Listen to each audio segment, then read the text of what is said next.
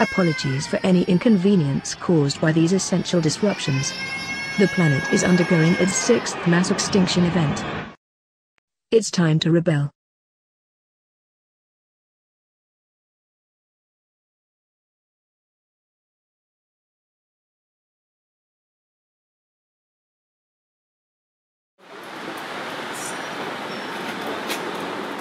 My name is Hindu Umaru Ibrahim. I'm from Chad. I'm representing the Mbororo pastoralists, who are the indigenous peoples of Chad. And when I come here in the COP24, and then people start talking about numbers, 1.5 degrees, and others say yes, some say no. I feel that so ridiculous to talk on the things they do not understand. Science tells them we have the window of 12 years to make change, and they is still denying. So the impact I'm seeing, how will be the survival of my peoples? We already lose a lot. Now, what are we going to lose? Our life, the extension of our culture. We make the first world war, we make the second. We have to take lesson, because the third is the environment one, but the third, it's much criminal than the first and second, because the third is thanks not only peoples, but all the environment. So that's what makes me sad, and that's what I feel when I talk about that. I'm representing the 47 poorest countries in the world, the least developed countries group, and we represent nearly 1 billion people in these climate negotiations. 99% of climate-related deaths happen in the least developed countries, the research have found out, even though they contribute only 1% of global greenhouse gas emissions. We don't have much time left. It's not actually 12 years. For these poorest countries and communities, it's 12 minutes. My name's Fahani. I'm here, officially on the delegation of the Marshall Islands. I've been in these negotiations since 1991. I've been to 22 of the last 24 COPs. And I'm very frustrated with how things are going, so I've joined the rebellion. Here in Poland, we're building networks, we're making those links of solidarity. We're here to learn from each other, learn from other groups who are grassroots movements who are already taking action in different countries. And we're pushing the COP to have a more radical outcome. We've been very specific about the language we're using, about telling the truth, and we're also specific about the language that this is an emergency. Climate change is a reality all over the world. It's been a reality for poor people in poor countries for some time now. It's actually now becoming a reality for rich people in rich countries as well. If you look at the wildfires that hit California recently and the hurricanes that hit the East Coast recently, causing quite a lot of death and damage. So we've passed the threshold of thinking about this as being something that will happen in the future. As of 2018, it's already happening, and we're going to have to move it from being an urgent issue to being an emergency.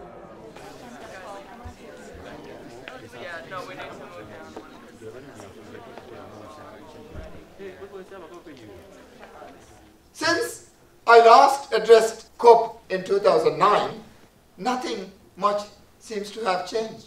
Perhaps now it's time to tell ourselves some hard truths. Carbon emission keeps rising and rising and rising, and all we seem to be doing is talking and talking and talking. People are no longer waiting for some global consensus. They are suing their governments. They are suing the carbon major companies. They are blocking roads and bridges.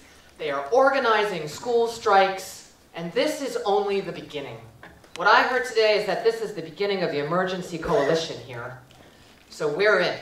Thank you. Well, I think it's time for people to get out in the streets, to do civil disobedience, and to show governments that it's time to take action. As the IPCC report made clear, we're facing a true planetary emergency. We're running out of time. I have been to all the COPs except one since 1995, and they have not made the progress we need.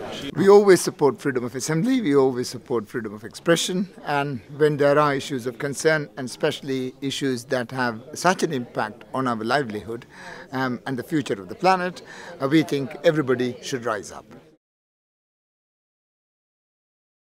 There are different streams of XR's work. One is to support Southern activists, which you'll hear about more tomorrow. Another strand is to support national offices being set up in many different countries. Another strand is to have actions taking place in the minority world, in the UK, for example, which our partners and allies in the South ask us to do. And another strand is the work that takes place at international meetings like the COP24 meeting. So I'm going to just ask now some of the people that you saw in the video about COP24, which took place in Poland, where Extinction Rebellion sent a team to say a little bit about the work. I'm going to ask Kathy Jetnil-Kishner, who's a Marshallese poet, performer and educator, and who was the woman who, with Ava, did the poem From One Island to Another.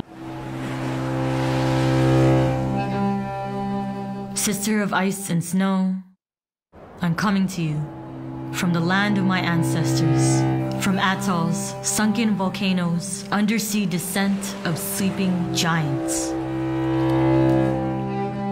Sister of ocean and sand, I welcome you to the land of my ancestors, to the land where they sacrificed their lives to make mine possible, to the land of survivors. I'm coming to you from the land my ancestors chose, Island Kainan, Marshall Islands, a country more sea than land. I welcome you to Gardash-Nunat, Greenland, the biggest island on Earth. With me I bring these shells that I picked from the shores of Bikini Atoll and Runit Dome. In my hand I hold these rocks, picked from the shores of Nuuk, the foundation of the land I call my home. With these shells I bring with me a story of long ago. Two sisters frozen in time on the island of Buyay. One magically turned to stone. The other who chose that life to be rooted by her sister's side. To this day, the two sisters can be seen by the edge of the reef, a lesson in permanence. With these rocks I bring a story told countless times, a story about Sesuma Amna, mother of the sea, who lives in a cave at the bottom of the ocean. This is a story about the guardian of the sea. She sees the greed in our hearts, the disrespect in our eyes. Every whale, every stream, every iceberg are her children. When we disrespect them, she gives us what we deserve, a lesson in respect. Do we deserve the melting ice, the hungry polar bears coming to our islands, or the colossal icebergs hitting these waters with rage? From one island to another, I ask for solutions.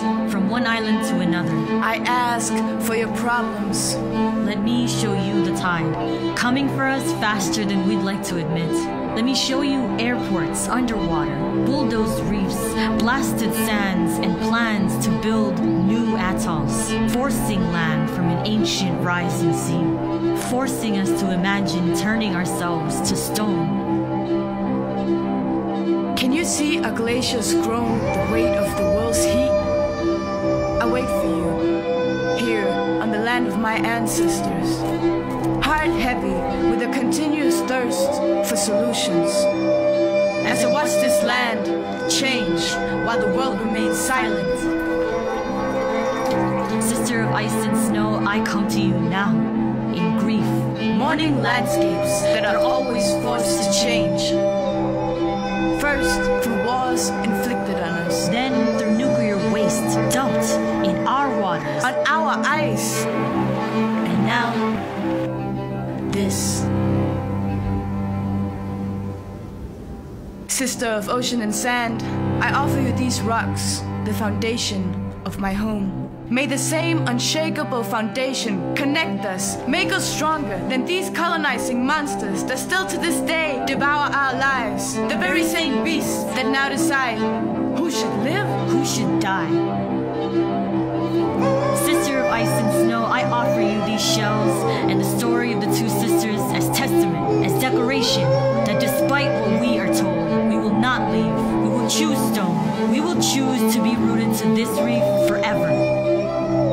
From these islands, we ask for solutions. From these islands, we ask, we demand that the world see beyond ACs, SUVs, their pre-packaged convenience, their oil-slick dreams. Beyond the belief that tomorrow will never happen, that this is merely an inconvenient truth. Let me bring my home to yours. Let's watch as Miami, New York, Shanghai, Amsterdam, London, Rio de Janeiro, and Osaka try to breathe underwater. You think you have decades before your home falls beneath tides? We have years, we have months before you sacrifice us again, before you watch from your TV screens and computer screens to see if we will still be breathing while you do nothing. My sister, I offer you these rocks as a reminder that our lives matter more than their power.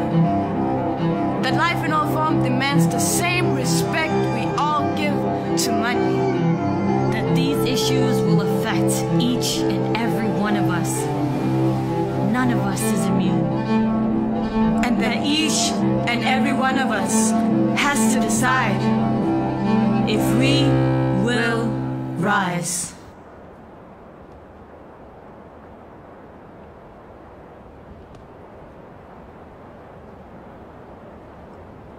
So Kathy's going to go first because she's about to board a plane back to Hawaii, going on to Australia where she's performing.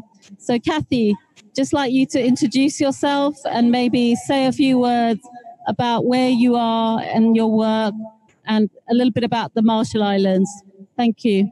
Okay, so my name is Kathy Jedigan Tikina. I'm a poet from the Marshall Islands, and I'm also done a lot of work, different types of work, and I'm an artist also. And most of my work has focused on climate change and raising awareness on the impact of climate change in the Marshall Islands. The Marshall Islands is only 2 meters above sea level.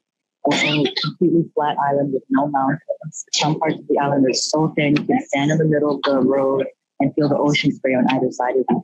And so we are extremely vulnerable to the impacts of the rising sea level.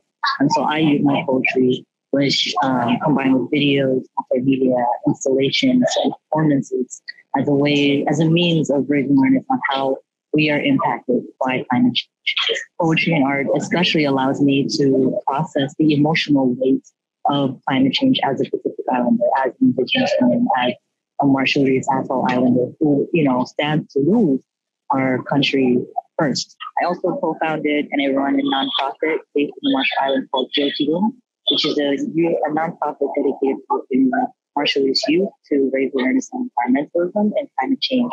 And we use media training and art training to empower our youth to be a part of the climate change conversation. I just want to introduce Salim ul-Haq, who's joined us from Bangladesh, and Achala Abaya Singer, who is based currently at the moment here, but is the advisor to the least developed countries.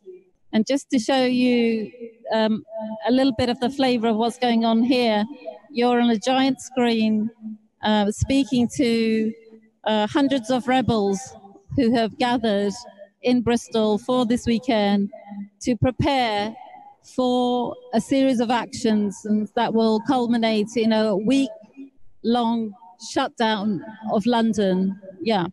So I know that some of you saw the Bridges action in November, and you may have seen the actions taken by, for example, XR Scotland to shut down the international dinner of the oil executives. There have been a number of arrests. XR is also working closely with many other organizations, and yesterday did a solidarity action on Westminster Bridge. Salim, can you speak? Hi, everybody. My name is Salim Ul-Haq. I'm the director of the International Center for Climate Change and Development, based in Dhaka, Bangladesh, where I'm speaking from now. It's my pleasure to be here to talk to you. I'm sure no one in this audience needs to be told that Bangladesh is one of the most vulnerable countries to the impacts of climate change. About 160 million people living in less than 155,000 square kilometers, which makes it one of the most densely populated poor countries in the world. And the country happens to be on the delta of three of the major rivers of the world, the Ganges, the Brahmaputra, and the Meghna, which makes it particularly susceptible to flooding, and in particular from climate change, sea level rise, increasing salinity in the coastal zone of the country. So the country is extremely vulnerable to the impacts of climate change. However, we've known that for quite some time now, well over 10 years. And over that last 10 years, we haven't been sitting idle. The country has been organizing itself, developing a climate change strategy and action plan, mobilizing resources to carry out actions from the national down to the local level. And everybody in the country now has probably one of the highest levels of awareness of the issue of climate change, including children in schools and universities, and are actively taking actions to prepare ourselves for the worst impacts of climate change. Our emissions of greenhouse gases are less than 0.5% of global emissions. So even though we're trying to do our best to reduce them, our emissions aren't what is causing the problem. However, we are going to suffer the consequences of the problem. And therefore, we are preparing ourselves to be able to tackle the impacts of climate change. If the global temperature remains within 1.5 degrees, I think we should be all right. If it goes up to 2 degrees, it will be much, much more difficult. If it goes beyond 2 degrees, then it will be almost impossible to save millions of people in my country. And hence, what you are doing to get global action to reduce emissions, to ensure that the global temperature does not rise above 2 degrees, preferably stays below 1.5 degrees, is extremely important for us. You need to be taking actions. We need to be getting the rest of the world, particularly the developed world, who have caused the problem and who are reluctant to take actions, even though they promised to do so. We need to have ambitious actions now, much, much more ambitious than anything that has been promised so far. The Paris Agreement is a good start, but we need to do a lot more. So we are with you in solidarity with your actions wherever you do them. We also do actions. Our kids came out in solidarity with the Kids Friday meeting. Although Bangladesh, Friday is a weekend, they didn't have to come out of the school, but they were out on the streets demonstrating along with the kids from all over the world. And we are in solidarity with the actions that you are taking. And finally, let me invite any of you who are interested in coming and seeing climate change firsthand. It's happening here as we speak, and engaging with the population that is trying to tackle it and deal with it. You are most welcome to come and spend some time here with us in Bangladesh and see what we're doing and join us as well. Maybe, Achala, I can ask you to say a little bit about your work with the least developed countries. Thank you. Thank you, Farhana. Hello, everyone. My name is Achala Abesinghe. I'm the head of the Global Climate Law Policy and Governance team at International Institute for Environment and Development. I'm also the legal and strategic advisor to the chair of the Least Developed Countries group in the UN climate negotiations. The Least Developed Countries group are a group of 47 poorest countries in the world, including Bangladesh, including countries like Ethiopia, Eritrea, Gambia, Senegal, 33 countries from Africa, 14 countries of Asia and the Pacific. And these are the countries that suffer the most from climate change impacts, even though their contributions to the climate change is very minimal. Less than 2% of global greenhouse gas emissions come from these countries, but more than 99% of global deaths of climate-related disasters come from these countries. And in these countries, we represent nearly 1 billion people. And as Salim also mentioned, these are the countries that represent the poorest, millions and millions of people who are already displaced by climate disasters, who are losing their lives and livelihoods due to climate disasters. So I want to say a massive thank you to all of you who are fighting for climate justice and fairness. And I feel very proud to be part of this global movement and also represent these millions and billions of people who do not right now have a voice at the global center of climate decision-making process. And therefore, your actions are extremely important and very, very helpful for these countries and these millions of people and many communities to stay hopeful. Thank you very much.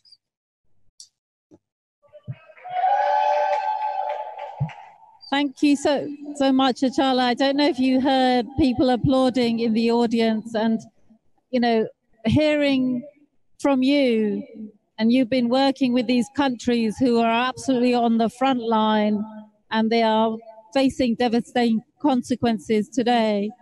So we'll come back to you, Achala, but I wanted to ask Kathy maybe to say a little bit about how the Marshallese people are looking at how others are talking about migration and displacement issues. I know that the president of the Marshall Islands recently spoke about this issue. How do you feel when people say, there's just a few 100,000 of you, why don't you move?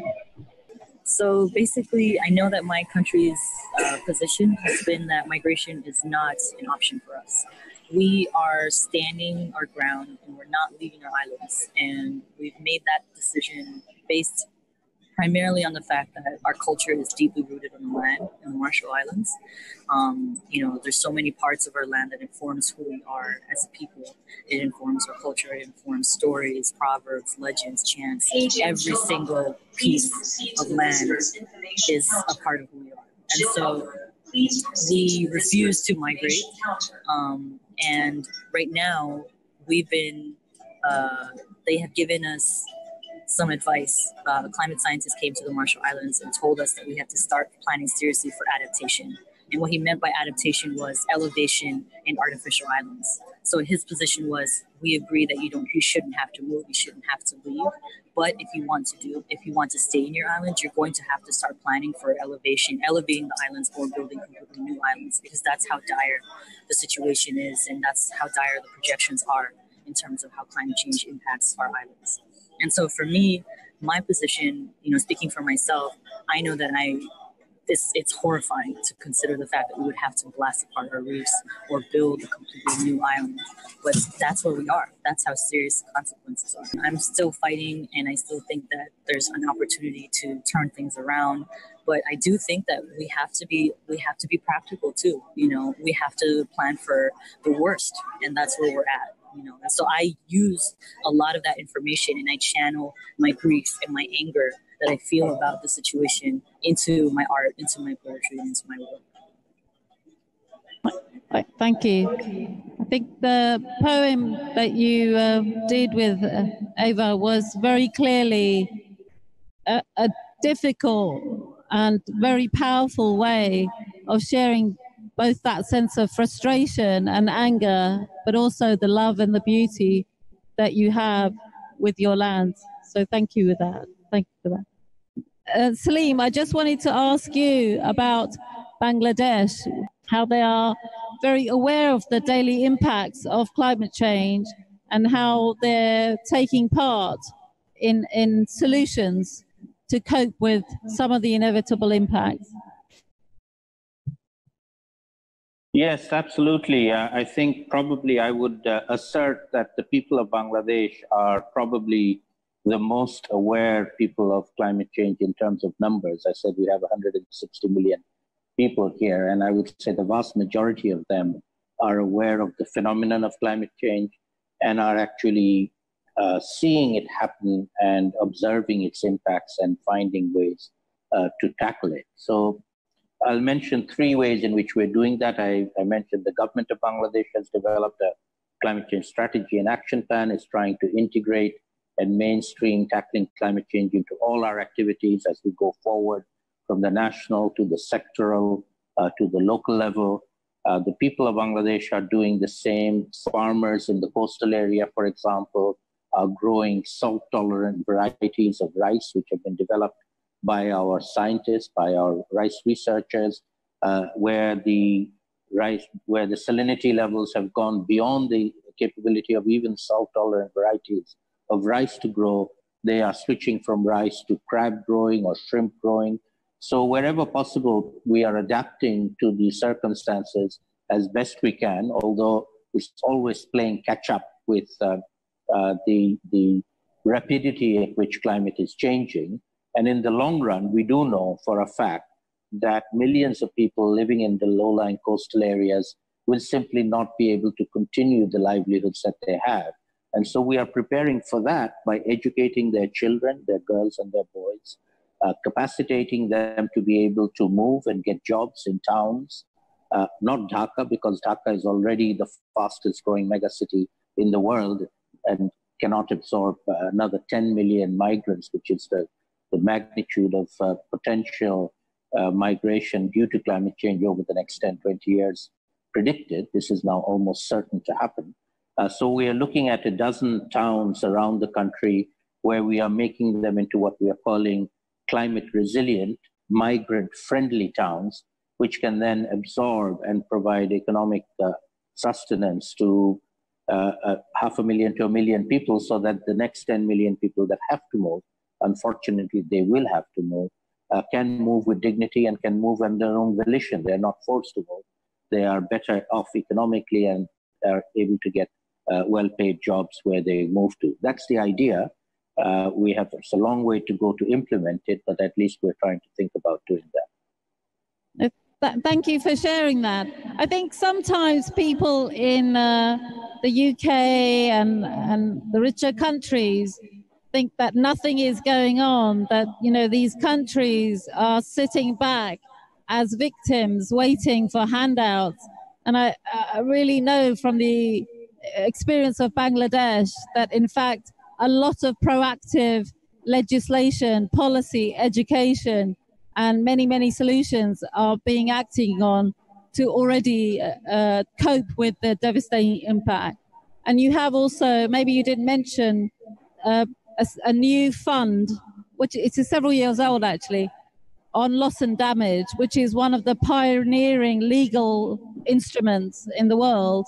And I wondered if you could say a bit about that, because as we face the inevitability of damages all around the world, maybe Bangladesh can be our role model on how to cope with the devastation in a way that is kind and just to everyone.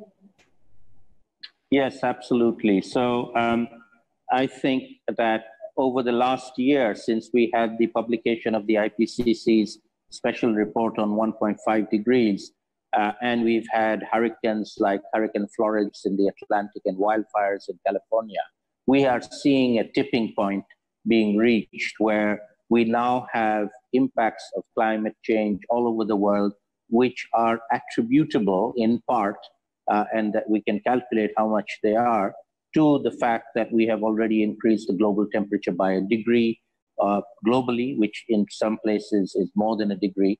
And hence we are seeing the impacts of climate change and therefore need to deal with those. In the climate change jargon, we call that loss and damage, because it's beyond adaptation. It's when adaptation has failed or we can't adapt enough.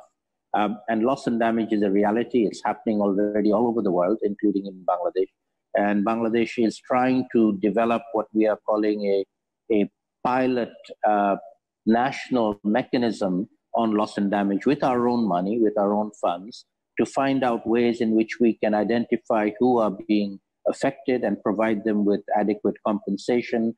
This is the responsibility of any responsible government to protect its own citizens. And Bangladesh is trying to figure out how to do that in a reasonable manner, in a transparent manner, with its own money to start with. But hopefully in future, we might get resources from the rest of the world as a solidarity fund to support us. At the same time, we are very happy to share what we are doing both on the adaptation side, which I spoke about earlier, as well as on the loss and damage side with other countries who are going to have to face this. And unfortunately, even the rich countries in the UK and in Europe and in America are going to have to face the impacts of climate change, whether they like it or not. And they can come and learn from Bangladesh because we are learning how to tackle this problem. And in many, many cases, I'm sure the rich can learn from the poor in this case. Absolutely. I think people need to understand that all over the world, developing country and the communities have tremendous wisdom and tremendous resistance, and they've been fighting capitalism, colonialism, extractive for many, many years, and they have many deep-rooted ways of fighting these injustices, and we can best support them by taking action here. So thank you for telling us that and reminding us there's a lot going on already. Chala, I just wanted to give you an opportunity to say a little bit about the IPCC's 1.5 report. You were a key part as an advisor to the least developed countries to fight for this report. And I wanted to ask you how the LDCs responded and what they're asking for next in response. Thank you. Thank you, Farhana. The IPCC report, the key message for us, for our countries, is that actually the time has already run out. 12 years to save action for 1.5 degrees is not a long time. In the context of least developed countries, as I mentioned in the previous video, it's 12 minutes. Our people, our farmers have already started losing their livelihoods. Our fishermen have started committing suicide because the rivers have started to dry out. So the key message in the IPCC report is actually the time is running out. It's not an urgent issue anymore. It's an emergency. It's a crisis that we have to start taking action as soon as possible today.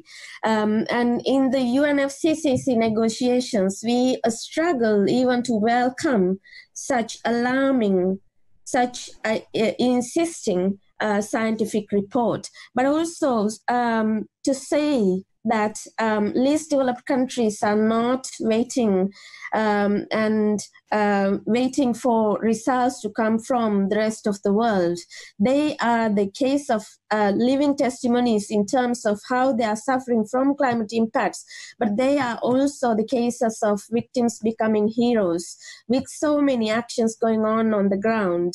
And from the LDC group's perspective, at the group level, 47 countries level, they've already introduced number of very great initiatives, including training their own people through a consortium of their own universities, including introducing an initiative for renewable energy and energy efficiency, pushing for 100% energy access for their people, pushing for 100% renewable energy access by 2050, pushing for 100% energy efficiency by 2050. We are also introducing a new initiative for effective adaptation and resilience, particularly aiming for the UNSG summit in September on climate change. So these are the cases of hope. These are the cases of optimism. But what we expect from the rest of the world is actually solidarity as well as support for these countries through technology, through financial, through human resources to help these countries to stay optimistic and also take those urgent actions that are recommended by the Intergovernmental Panel on Climate Change. Thank you, Achala. Yeah, that lifts my spirit, and you've got a big round of applause. Yeah. Thank you. So you're being broadcast into the solution zone of the festival, and it was very nice that you again highlighted that far more action is going on in countries that have far fewer resources and should not be being asked to step up action. Yeah, so thank you for highlighting that. So Kathy, I just wanted to give you a chance to also say what's going on in the Marshall Islands. Are there plans to go renewable? Are you phasing out greenhouse gases? What's the Marshall Islands doing internationally? Thank you. I think that the Marshall Islands, our government is actually doing a lot, and I'm pretty proud of the steps we've taken on in the international arena to really tackle climate change. And so some parts of that is we are committed to 100% renewable energy. I think it was by 2050, and then also sorry, it's kind of loud. But besides that, we're also part of the High Ambition Coalition. This was started by our former climate ambassador, Tony DeBroom, and we're leading in that regard.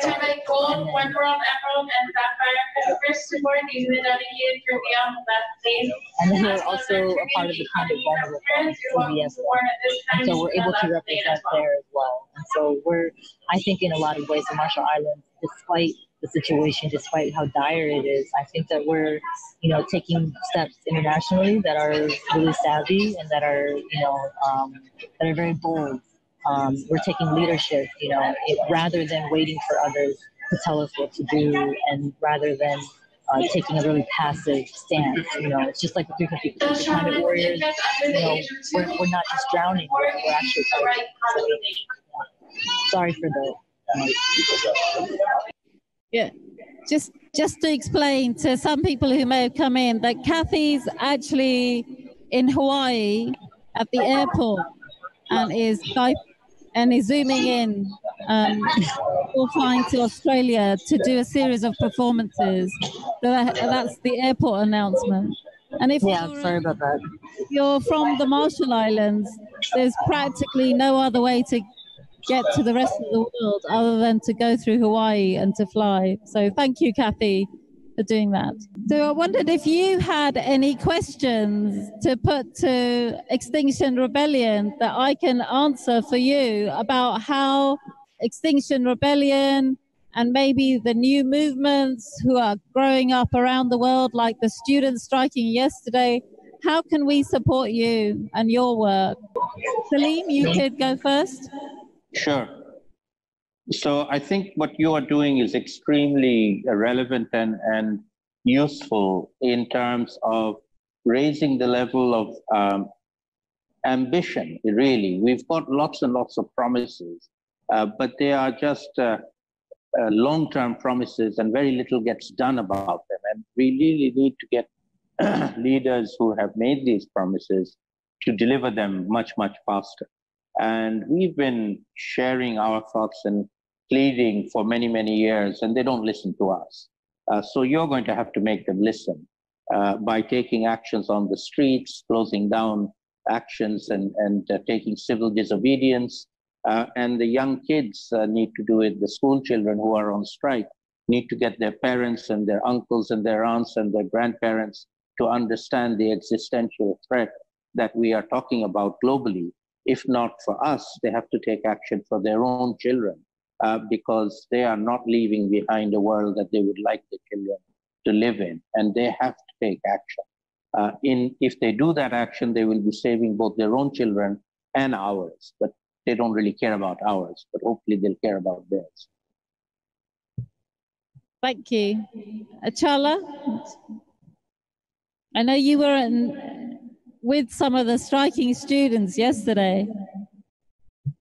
Thank you, Farhana. Yes, I had an opportunity to say I'm sorry to those students, those kids yesterday, because I feel like we have collectively failed them, the future generations. But also I told them thank you on behalf of those poorest people, communities, countries that we represent in this fight against climate change, because I think they are the hope that most of us do have.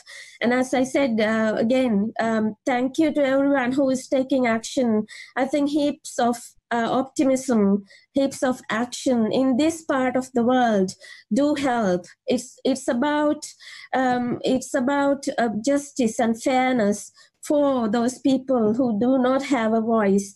And your voice do matter, not only in this country, not only in this part of the world, but also there are trickle-down effect. There is a massive amount of hope going from this part of the world, to the countries of Africa, Ethiopia, Eritrea, Gambia, Burundi, Bangladesh, Laos, Cambodia, Tuvalu, Marshall Islands, Solomon Islands. All these countries are watching you, and to say thank you is I think is a great privilege on behalf of all those people that we represent. So thank you again.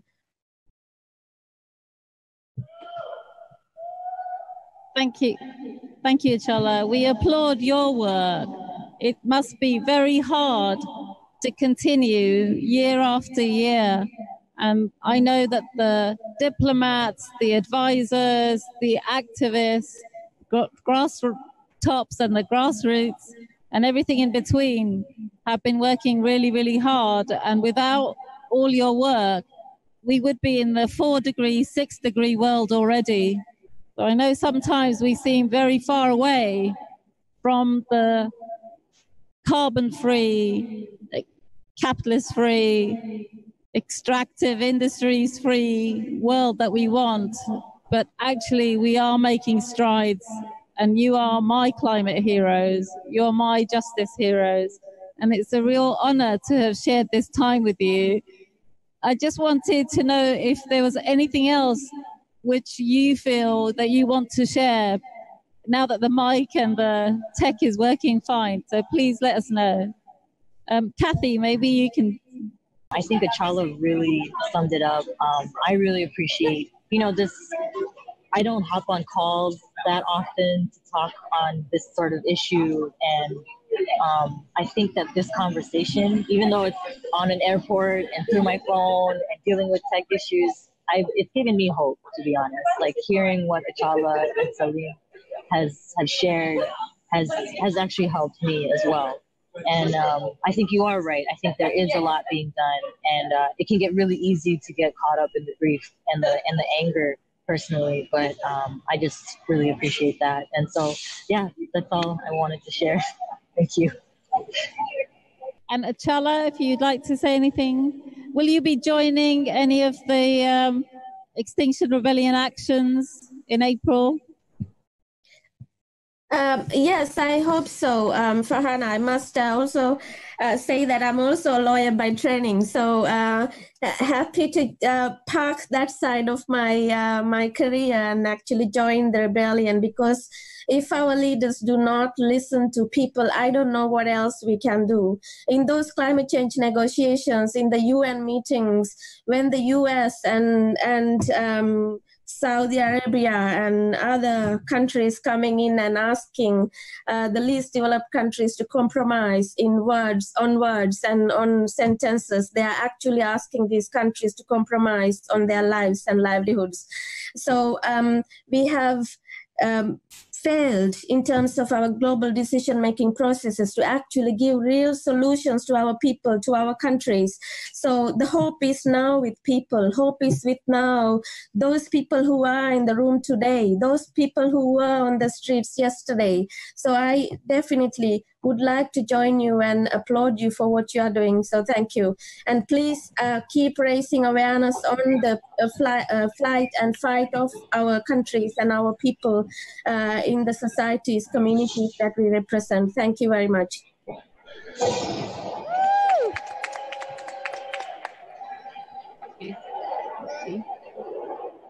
Thank you. And Salim, will you have us in your hearts? And what will you be doing on April the 15th?